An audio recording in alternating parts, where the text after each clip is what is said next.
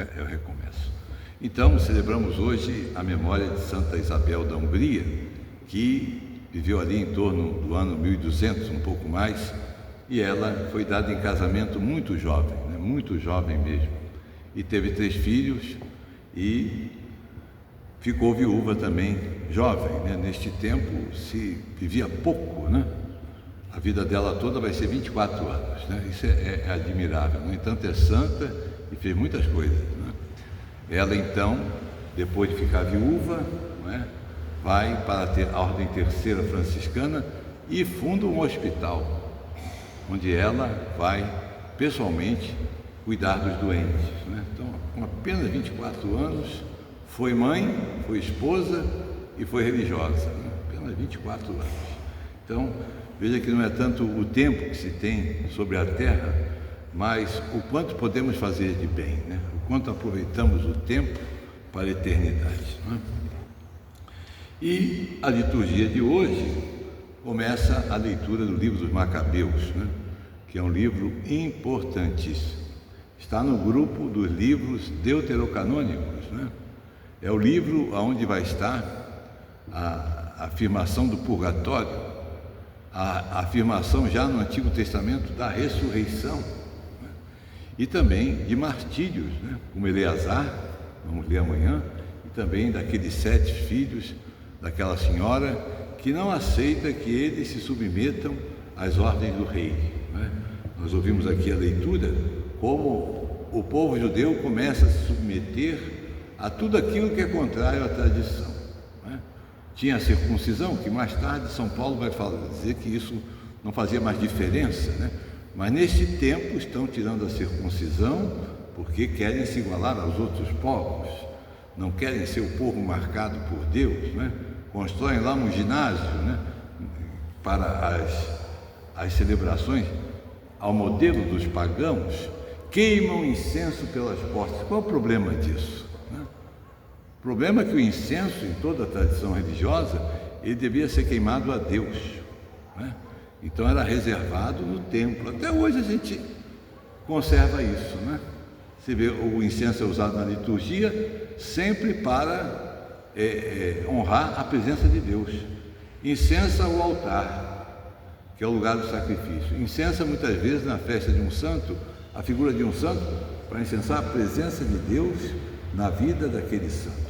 Incensa a palavra de Deus, que a própria liturgia diz que tem uma presença de Deus na palavra.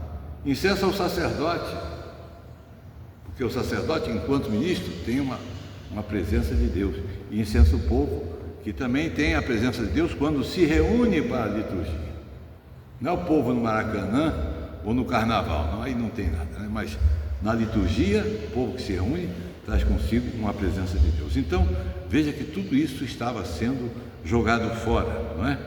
E vai haver a reação do povo de Israel contra toda essa falta contra a tradição e até mesmo o martírio, né? Então isso chama a atenção de nós também.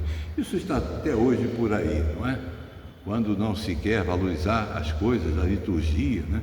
Quando elementos estranhos entram na liturgia católica. Tem havido uma certa insistência com essa missa afro. Isso é uma profanação, isso é um absurdo. Nós não deixamos de reconhecer o direito que as pessoas têm de religião, a sua liberdade religiosa, mas vão lá no seu templo, lá onde se reúnem, façam lá as suas coisas, mas no templo cristão isso não tem lugar. Não tem lugar de maneira nenhuma, isso é muito grave, é profanação. Eu, na minha opinião, que o templo tinha que até ser consagrado de novo, porque é uma profanação, né? Então isso também, né? Nós comemoramos, né? No domingo retrasado, justamente a dedicação da Basílica do Latão, né? Dedicada a Deus, pronto, não se usa para outras coisas, não pode, né? E o Evangelho nos faz ver a cena de Jesus, né, indo para Jericó, e ali um cego à beira do caminho, né? Interessante isso, né? Mas muitas vezes usamos a palavra marginal, né? Em São Paulo, por exemplo, a marginal Tietê, né? Está à margem, né? O marginal, quem é o marginal? Que vive à margem da sociedade, né? Os marginalizados, né? Então, esse sentido está à margem ali, né? É cego. Neste tempo, que um cego pode fazer? Hoje tem braille, né? Tem gente que consegue até acessar computador, tudo, né? Quem sabe consegue até o seu emprego, né? Mas imagine um cego num tempo agrário, num tempo de trabalho de força, tem que ver as coisas, né? Então, automaticamente, ser cego o fazia mendigo, né? Então, estaria à margem e percebe uma grande movimentação, não é? Então, quem é? É Jesus Nazareno. Então, imediatamente ele muda, né? E grita, né? Jesus de Nazaré, tem piedade de mim, né?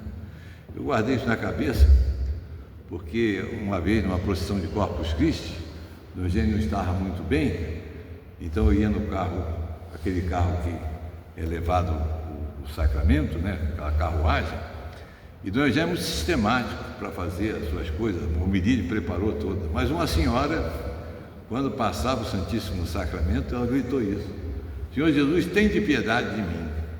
E aquilo mexeu com ele, e ele mudou a homilia que não fazia, então, para ver isso. Então, aqui como Jesus, né, ouve o grito deste homem que está à margem, né, e então manda vir, né?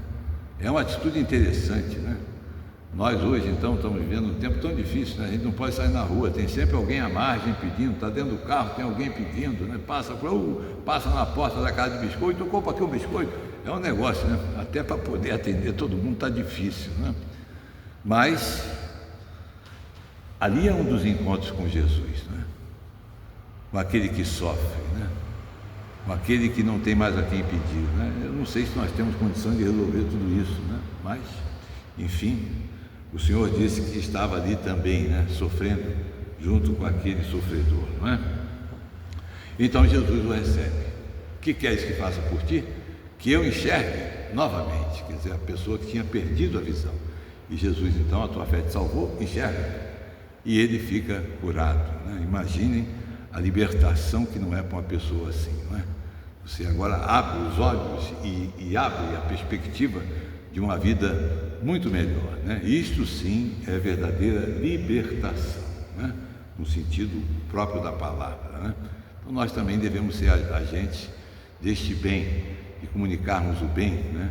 Como Santa Isabel da Hungria também, que deixando a vida de família se torna uma religiosa, uma mulher que cuida dos pobres. Vamos pedir isso a Deus, né?